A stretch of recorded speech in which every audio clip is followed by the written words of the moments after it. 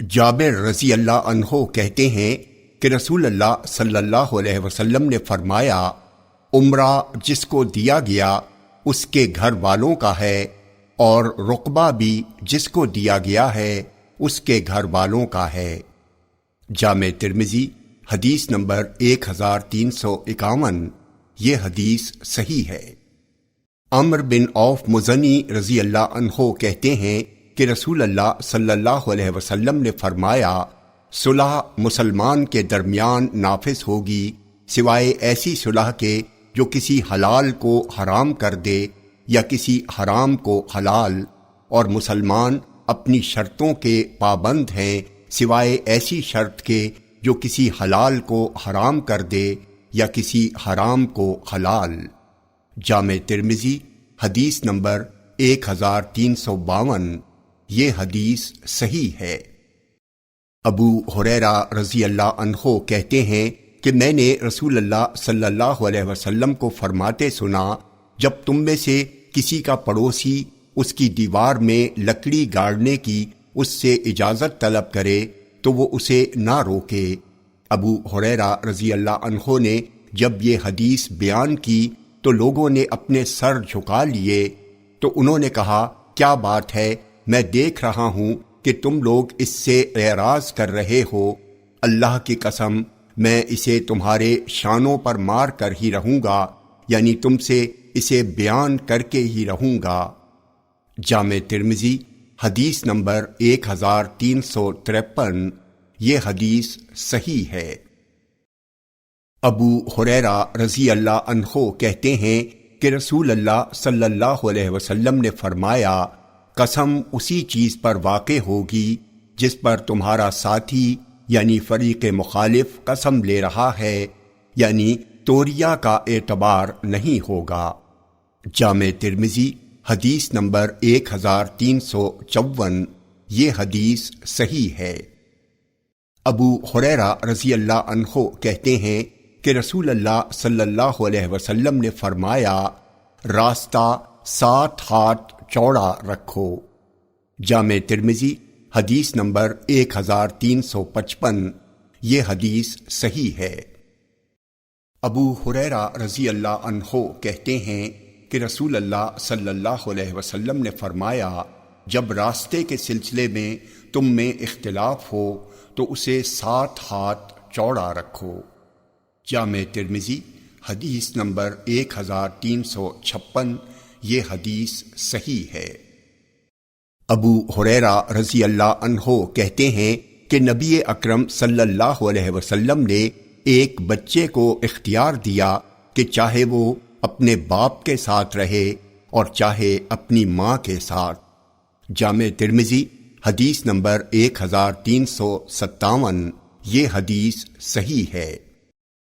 ام المومنین عائشہ رضی اللہ عنہا کہتی ہیں کہ رسول اللہ صلی اللہ علیہ وسلم نے فرمایا، سب سے پاکیزہ چیز جس کو تم کھاتے ہو تمہاری اپنی کمائی ہے، اور تمہاری اولاد بھی تمہاری کمائی میں سے ہے۔ جامع ترمذی حدیث نمبر 1358۔ یہ حدیث صحیح ہے۔ انس رضی اللہ عنہ کہتے ہیں کہ نبی اکرم صلی اللہ علیہ وسلم کی کسی بیوی نے آپ کے پاس پیالے میں کھانے کی کوئی چیز ہدیہ کی۔ عائشہ رضی اللہ عنہا نے غصے میں اپنے ہاتھ سے پیالے کو مار کر اس کے اندر کی چیز کو گرا دیا، تو نبی اکرم صلی اللہ علیہ وسلم نے فرمایا، کھانے کے بدلے کھانا اور پیالے کے بدلے پیالہ ہے۔ جامع ترمذی حدیث نمبر 1359۔ یہ حدیث صحیح ہے۔ انس رضی اللہ عنہ کہتے ہیں کہ نبی اکرم صلی اللہ علیہ وسلم نے ایک پیالہ منگنی لیا، وہ ٹوٹ گیا تو آپ نے جن سے پیالہ لیا تھا انہیں اس کا تاوان ادا کیا۔ جامع ترمذی حدیث نمبر 1360۔ یہ حدیث ضعیف ہے۔ عبداللہ بن عمر رضی اللہ عنہما کہتے ہیں کہ مجھے رسول اللہ صلی اللہ علیہ وسلم کے سامنے ایک لشکر میں پیش کیا گیا۔ اس وقت میری عمر 14 سال کی تھی اور آپ نے مجھے لشکر میں قبول نہیں کیا۔ پھر آئندہ سال مجھے آپ کے سامنے ایک اور لشکر میں پیش کیا گیا اور اس وقت میری عمر 15 سال کی تھی، تو آپ نے مجھے لشکر میں قبول کر لیا۔ نافع کہتے ہیں میں نے عمر بن عبدالعزیز سے اس حدیث کو بیان کیا تو انہوں نے کہا بالغ اور نابالغ کے درمیان یہی حد ہے۔ انہوں نے اپنے عاملوں کو لکھا کہ جو 15 سال کے ہو جائیں مال غنیمت سے ان کو حصہ دیا جائے۔ جامع ترمذی حدیث نمبر 1361۔ یہ حدیث صحیح ہے۔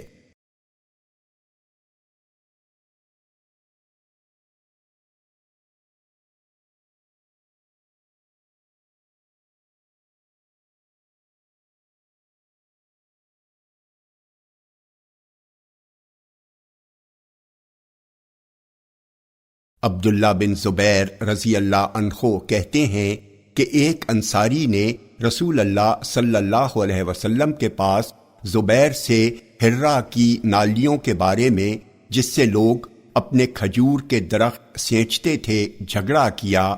انصاری نے زبیر سے کہا پانی چھوڑ دو تاکہ بہتا رہے۔ زبیر نے اس کی بات نہیں مانی تو دونوں نے رسول اللہ کی خدمت میں اپنا قضیہ پیش کیا۔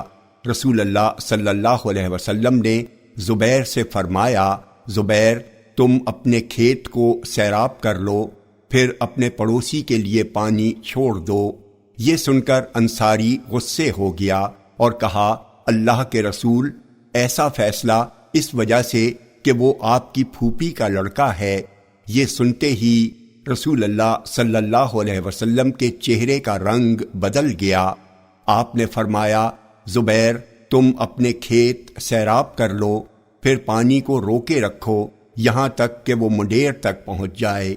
زبیر کہتے ہیں اللہ کی قسم میرا گمان ہے کہ اسی سلسلے میں وہ آیت نازل ہوئی جس کا ترجمہ ہے آپ کے رب کی قسم وہ لوگ مومن نہیں ہو سکتے جب تک کہ اپنے جھگڑوں میں اے نبی وہ آپ کو حکم نہ مان لیں۔ جامع ترمذی حدیث نمبر 1363۔ یہ حدیث صحیح ہے۔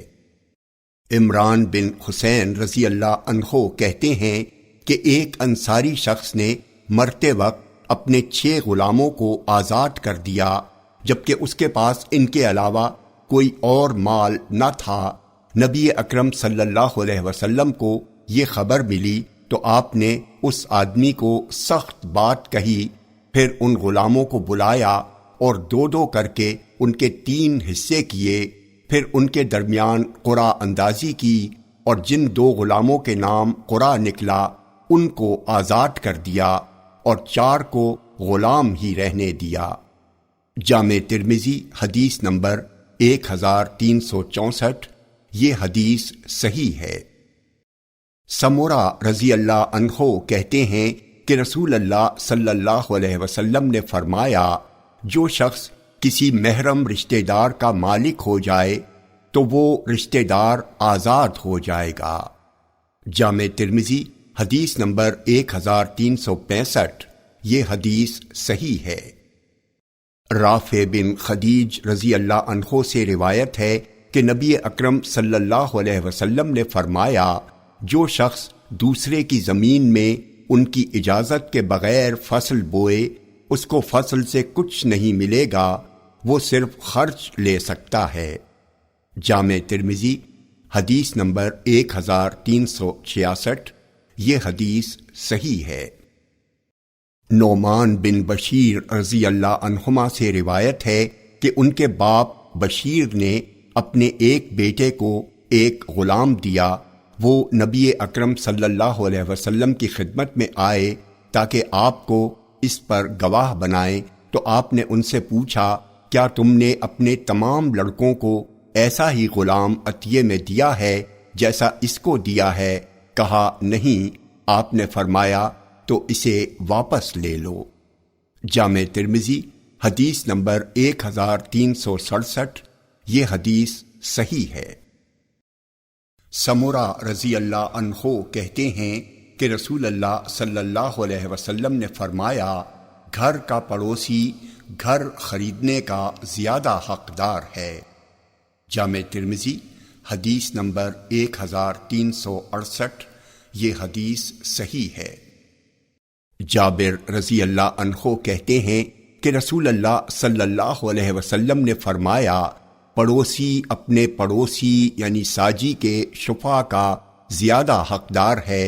جب دونوں کا راستہ ایک ہو تو اس کا انتظار کیا جائے گا اگرچہ وہ موجود نہ ہو۔ جامع ترمذی حدیث نمبر 1369، یہ حدیث صحیح ہے۔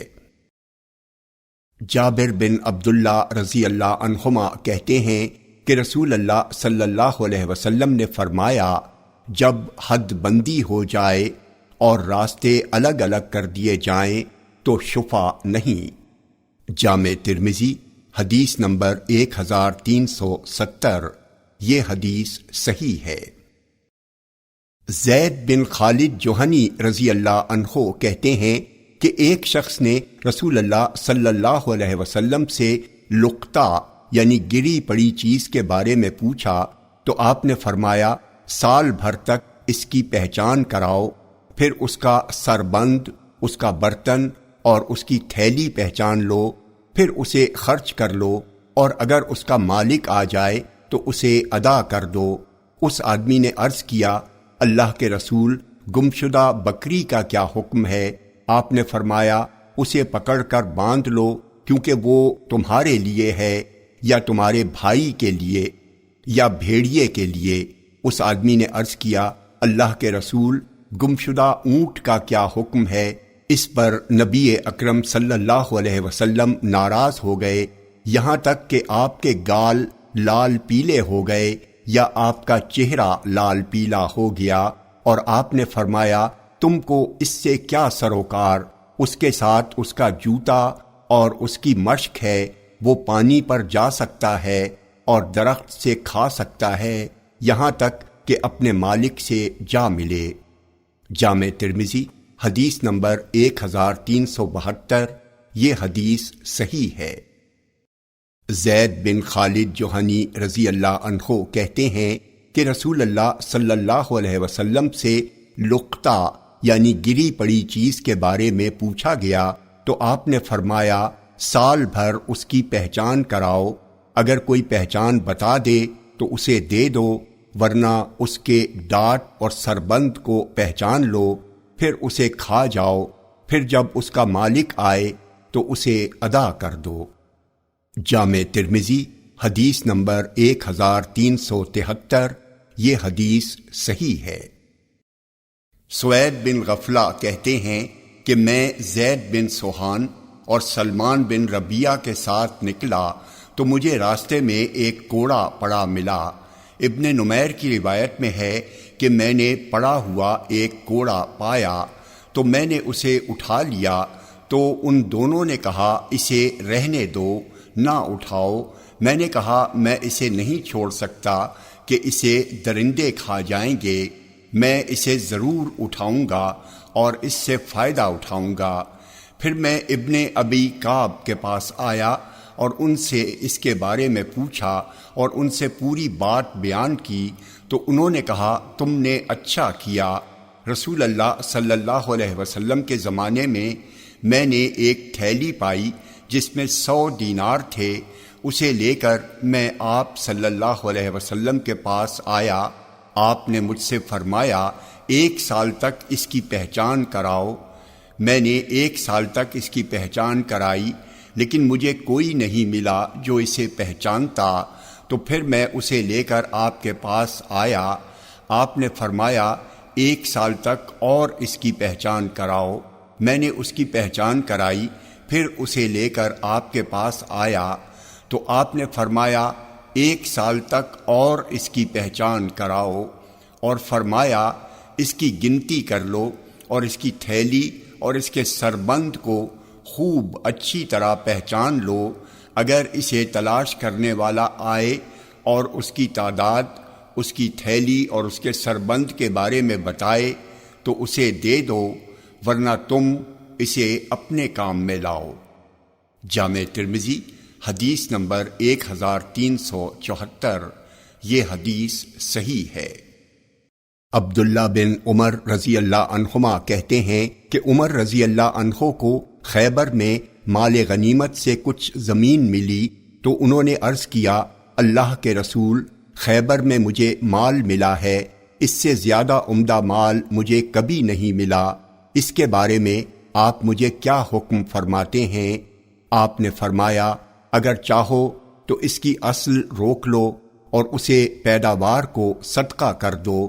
تو عمر رضی اللہ عنہ نے اسے اس طرح سے صدقہ کیا کہ اصل زمین نہ بیچی جائے، نہ ہبہ کی جائے اور نہ کسی کو وراثت میں دی جائے، اور اسے فقیروں میں، رشتہ داروں میں، غلام آزاد کرنے میں، اللہ کے راستے میں، جہاد میں، مسافروں میں اور مہمانوں میں خرچ کیا جائے، اور جو اس کا والی یعنی نگراں ہو اس کے لیے اس میں سے معروف طریقے سے کھانے اور دوست کو کھلانے میں کوئی حرج نہیں ہے، جبکہ وہ اس میں سے ذخیرہ اندوزی کرنے والا نہ ہو۔ جامع ترمذی حدیث نمبر 1375، یہ حدیث صحیح ہے۔ ابو ہریرہ رضی اللہ عنہ کہتے ہیں کہ رسول اللہ صلی اللہ علیہ وسلم نے فرمایا، جب انسان مر جاتا ہے تو اس کے عمل کا سلسلہ بند ہو جاتا ہے سوائے 3 چیزوں کے، ایک صدقہ جاریہ ہے، دوسرا ایسا علم ہے جس سے لوگ فائدہ اٹھائیں، اور تیسرا نیک و صالح اولاد ہے جو اس کے لیے دعا کرے۔ جامع ترمذی حدیث نمبر 1376، یہ حدیث صحیح ہے۔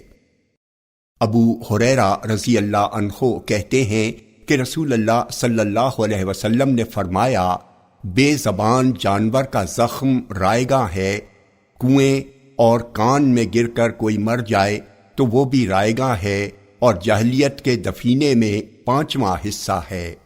جامع ترمذی حدیث نمبر 1377، یہ حدیث صحیح ہے۔ سعید بن زید رضی اللہ عنہ سے روایت ہے کہ نبی اکرم صلی اللہ علیہ وسلم نے فرمایا، جس نے کوئی بنجر زمین جو کسی کی ملکیت میں نہ ہو آباد کی تو وہ اسی کی ہے، کسی ظالم شخص کی رگ کا حق نہیں۔ جامع ترمذی حدیث نمبر 1378، یہ حدیث صحیح ہے۔ جابر بن عبداللہ رضی اللہ عنہما سے روایت ہے کہ نبی اکرم صلی اللہ علیہ وسلم نے فرمایا، جو شخص غیر آباد زمین جو کسی کی ملکیت میں نہ ہو آباد کرے تو وہ اسی کی ہے۔ جامع ترمذی حدیث نمبر 1379، یہ حدیث صحیح ہے۔ ابیض بن حمال رضی اللہ عنہ کہتے ہیں کہ وہ رسول اللہ صلی اللہ علیہ وسلم کے پاس آئے اور آپ سے جاگیر میں نمک کی کان مانگی تو آپ نے انہیں دے دی، لیکن جب وہ پیٹھ پھیر کر واپس جانے لگے تو مجلس میں موجود ایک آدمی نے عرض کیا، جانتے ہیں کہ آپ نے جاگیر میں اسے کیا دیا ہے؟ آپ نے اسے جاگیر میں ایسا پانی دیا ہے جو کبھی بند نہیں ہوتا، اس سے برابر نمک نکلتا رہے گا۔ تو آپ نے اس سے اسے واپس لے لیا۔ اس نے آپ سے پوچھا، پیلو کے درختوں کی کون سی جگہ بطور رمنا گھیری جائے؟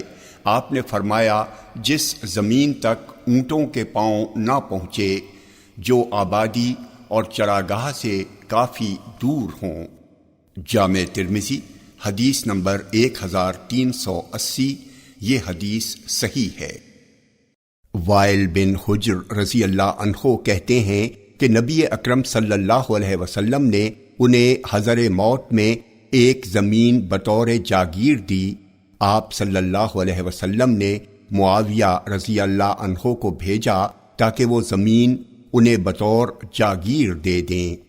جامع ترمذی حدیث نمبر 1381، یہ حدیث صحیح ہے۔ انس رضی اللہ عنہ سے روایت ہے کہ نبی اکرم صلی اللہ علیہ وسلم نے فرمایا، جو بھی مسلمان کوئی درخت لگاتا ہے یا فصل بوتا ہے اور اس میں سے انسان یا پرند یا چرند کھاتا ہے تو وہ اس کے لیے صدقہ ہوتا ہے۔ جامع ترمذی حدیث نمبر 1382، یہ حدیث صحیح ہے۔ عبداللہ بن عمر رضی اللہ عنہما کہتے ہیں کہ نبی اکرم صلی اللہ علیہ وسلم نے خیبر والوں کے ساتھ خیبر کی زمین سے جو بھی پھل یا غلہ حاصل ہوگا اس کے آدھے پر معاملہ کیا۔ جامع ترمذی حدیث نمبر 1383، یہ حدیث صحیح ہے۔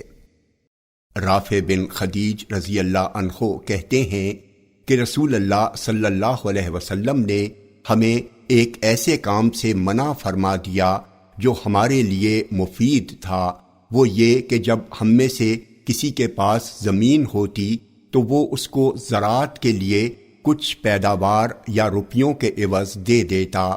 آپ نے فرمایا جب تم میں سے کسی کے پاس زمین ہو تو وہ اپنے بھائی کو مفت دے دے یا خود زراعت کرے۔ جامع ترمذی حدیث نمبر 1384، یہ حدیث صحیح ہے۔ عبداللہ بن عباس رضی اللہ عنہما سے روایت ہے کہ رسول اللہ صلی اللہ علیہ وسلم نے مزارات کو حرام نہیں کیا، لیکن آپ نے ایک دوسرے کے ساتھ نرمی کرنے کا حکم دیا۔ جامع ترمذی حدیث نمبر 1385، یہ حدیث صحیح ہے۔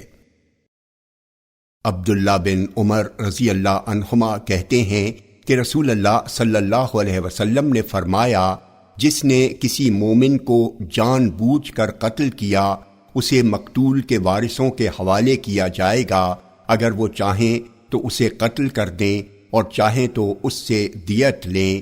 دیت کی مقدار 30 حقہ، 3 جزع اور 40 خلفہ ہے، اور جس چیز پر وارث مصالحت کر لیں وہ ان کے لیے ہے، اور یہ دیت کے سلسلے میں سختی کی وجہ سے ہے۔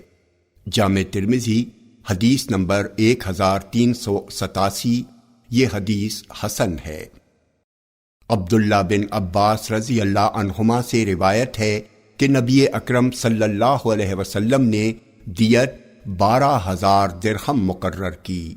جامع ترمذی حدیث نمبر 1388، یہ حدیث ضعیف ہے۔